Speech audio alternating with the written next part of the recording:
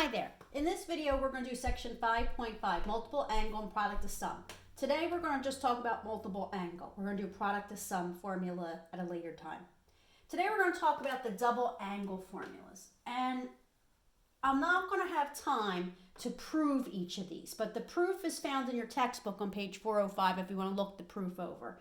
If we were in class, I would derive these for you, but to save some time on video, I'm not going to derive that, but I would like you to look over the proof on page 405. We're going to work with the double angle formulas, and here are the double angle formulas.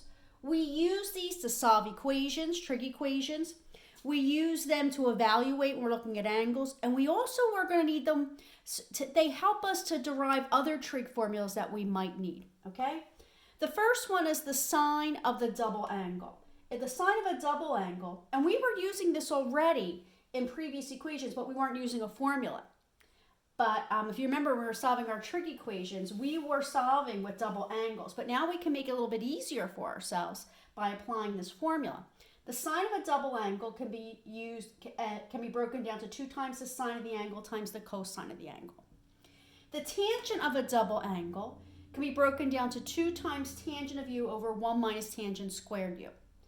Cosine of a double angle has 3 formulas we could use. We use whichever is the best fit for the particular problem. I know there's a glare on here, but I'm going to put a copy of my notes along with this video. The first one is cosine squared angle u minus sine squared u. The second one is 2 cosine squared u minus 1, and the third one is 1 minus 2 sine squared u. Okay, cosine is the only one that comes with 3 different formulas, and we use whichever is the best fit. So now what we're going to do is we're going to take a look at some example problems where we need to use these formulas, okay? So keep these formulas in front of you, and I'm going to erase this, and we're going to take a look at example problem number 1. In example problem number 1, we're going to use them to help us to solve a trig equation, okay? And in this equation, what we're going to do is we're going to solve the equation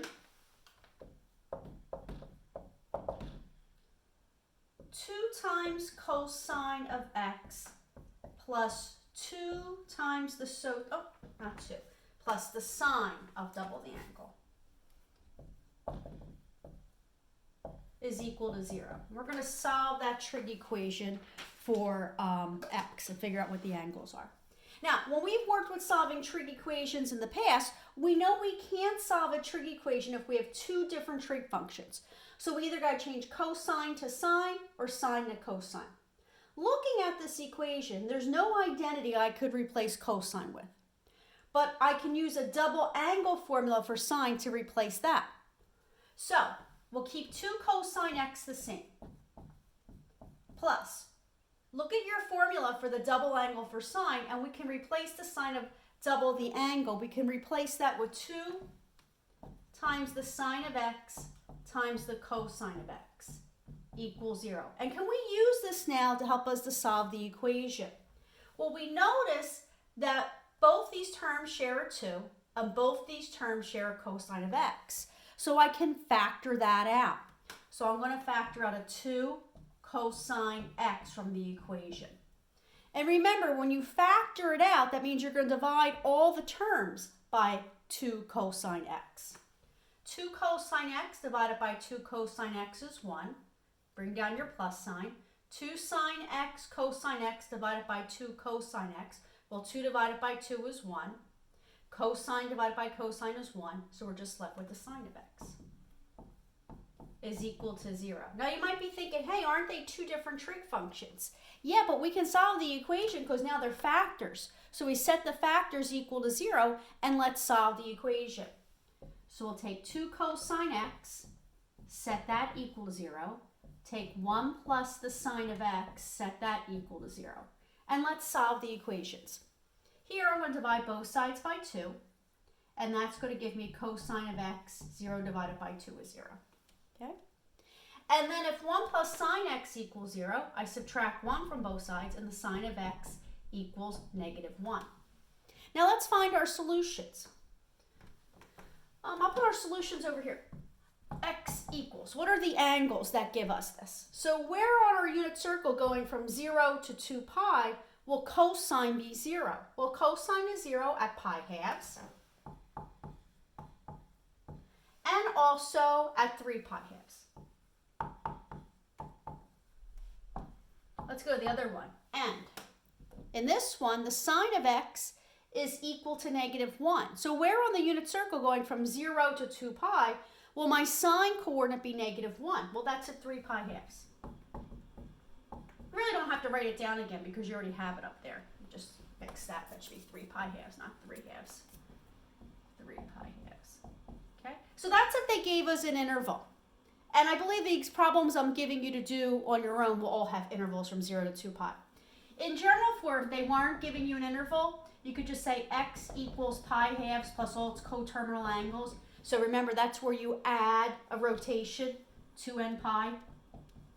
And also x could be at 3 pi halves plus all its coterminal answers plus 2n pi. So this is how you would write it if they did not give you an interval. And this is how you would write it if they gave you the interval from 0 to 2 pi. Okay? So we use these formulas with solving trig functions. Let me show you another application of using these double angle formulas. In example problem number 2,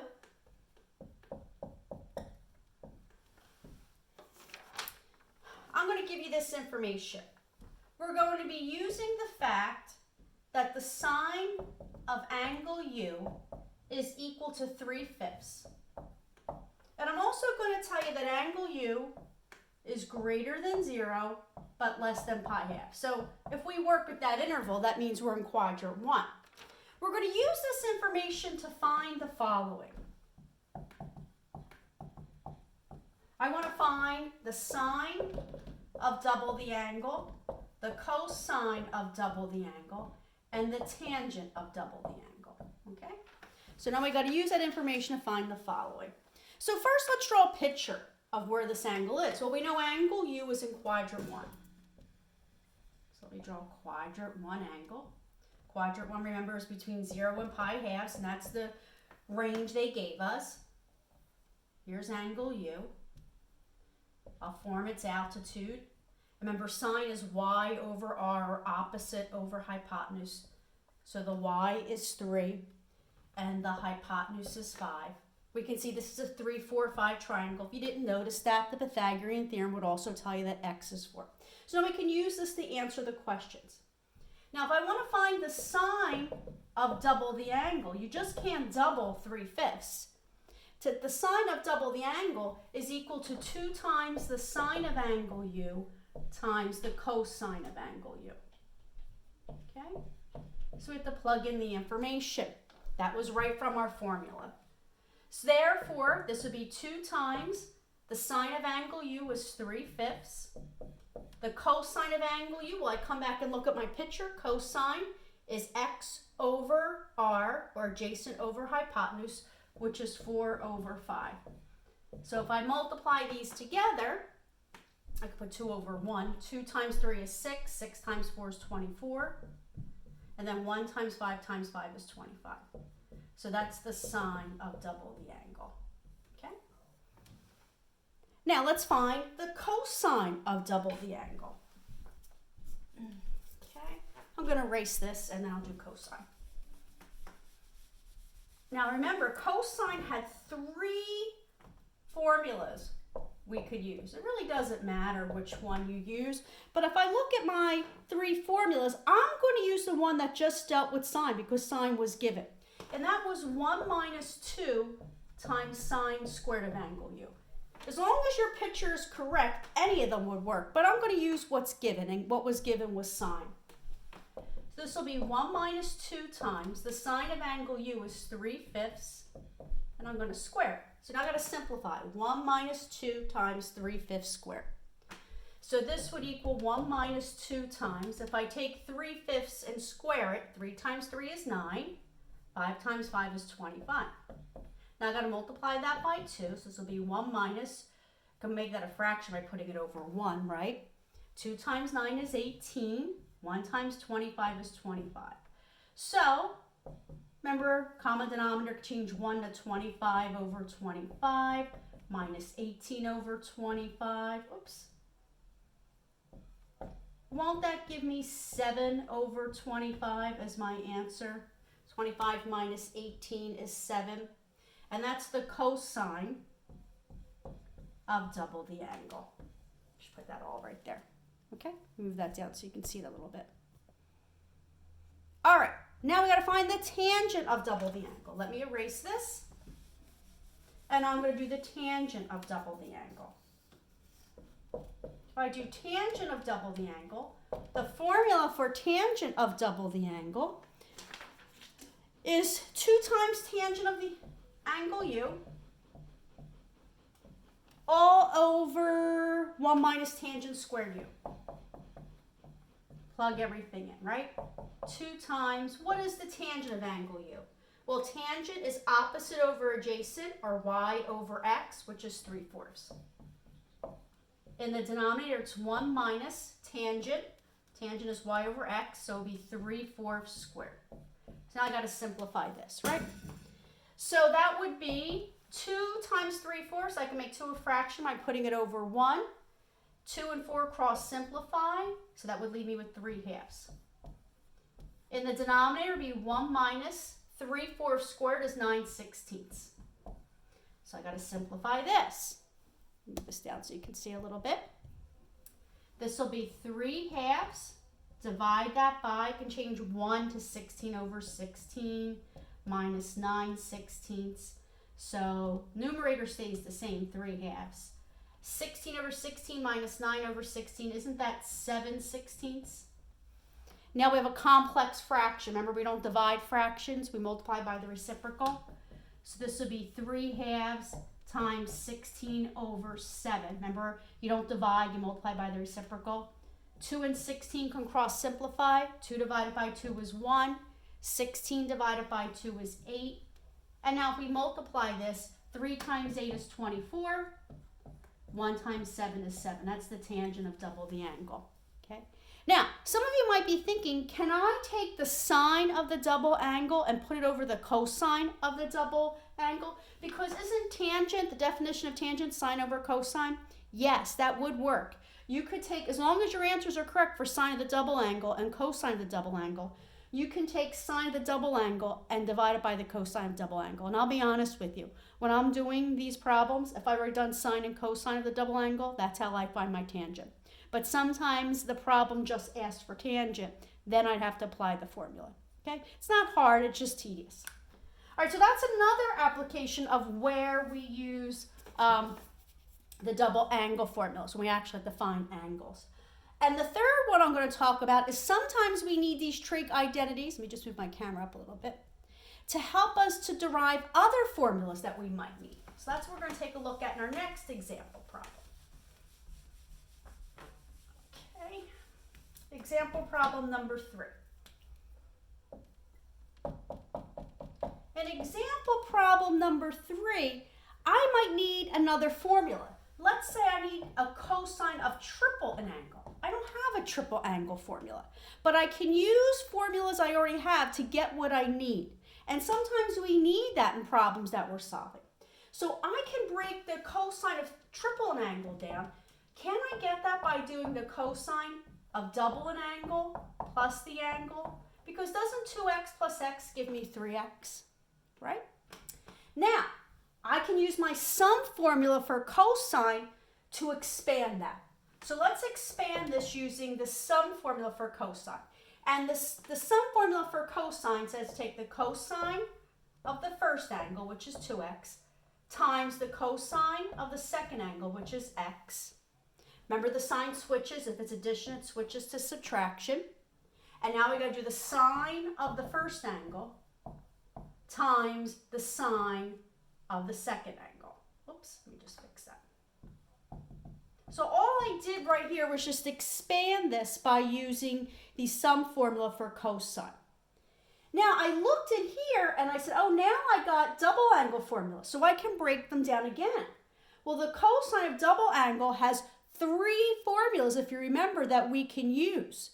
But I look here, and since I have a cosine of x here, that's the clue that I got to use the formula for the double angle for cosine that only has a cosine in it. So that would be 2 cosine squared x minus 1. And that's what I'm replacing cosine of a double angle with. And the clue again was I only wanted cosine because that's all I have here. So bring the cosine x down because I can't do anything with that. Minus sine of a double angle only has one formula. So I can replace the sine of the double angle with 2 sine of x cosine of x times the sine of x. Okay. So once again, all I did was replace cosine of double angle with one of the formulas, and I used a formula that only had cosine in it. And I only had one formula to use for the double angle for sine, which I've replaced here. Now simplify this. Okay, I'm going to distribute cosine x to everything in the parentheses. Cosine x times 2 cosine squared x will give me 2 cosine to the third power of x. Because remember, when you multiply the same bases, you add the exponents. Cosine of x times negative 1 is negative cosine of x. Okay. Minus, here I got to take 2 sine x cosine x and multiply it by sine x. So that would give me 2 sine x times sine x is sine squared x. Because remember, when you multiply the same bases, you add the exponent cosine x. So all I did was take these two terms and multiply them. Okay. Now what can I do? At this point, I'm going to combine my like terms. Let's see. What do I have here that I can combine? Nothing here I can combine. So now what can I do? Can I break it down any further? Well, I have a sine squared x. Oh, no terms to combine, but everything is in terms of cosine except this one. So now let's use my Pythagorean identity because I can replace sine squared x. I can replace sine squared x with 1 minus cosine squared x. That will help me a lot because now everything will be in terms of cosine. So this will equal 2, keep everything the same, cosine to the third power of x minus cosine of x minus, leave the 2 there. But now substitute sine squared x, substitute it with 1 minus cosine squared x times cosine x. This might help me a lot because now everything's in terms of cosine. So let me clean this up. This will be 2 cosine to the third power of x minus cosine of x minus 2. This is all multiplication. So 2 times the quantity of 1 minus cosine squared x times cosine x. I can rewrite it as negative 2 cosine x times the quantity of 1 minus cosine squared x. And now what I'm going to do is just distribute that 2 cosine x. Let me just slide this down a little bit so you can see my work. Bring down the beginning half, 2 cosine to the third power of x minus the cosine of x. Distribute negative 2 cosine x. So negative 2 cosine x times 1 is negative 2 cosine x. Negative 2 cosine x times a negative cosine squared x. Well, negative times a negative is a positive. That'll be 2 cosine to the third power of x. Because remember, you multiply the same bases, you add the exponents, right? Now, do I have any like terms I can combine? Yeah, I do. 2 cosine cubed x plus 2 cosine cubed x will give me 4 cosine to the 4th power of x. Oops, sorry, third power of x. Because remember, you're combining the terms. We're just combining their coefficients. We can't do anything with the exponents. And then a negative cosine x and a negative 2 cosine x will give me a negative 3 cosine x.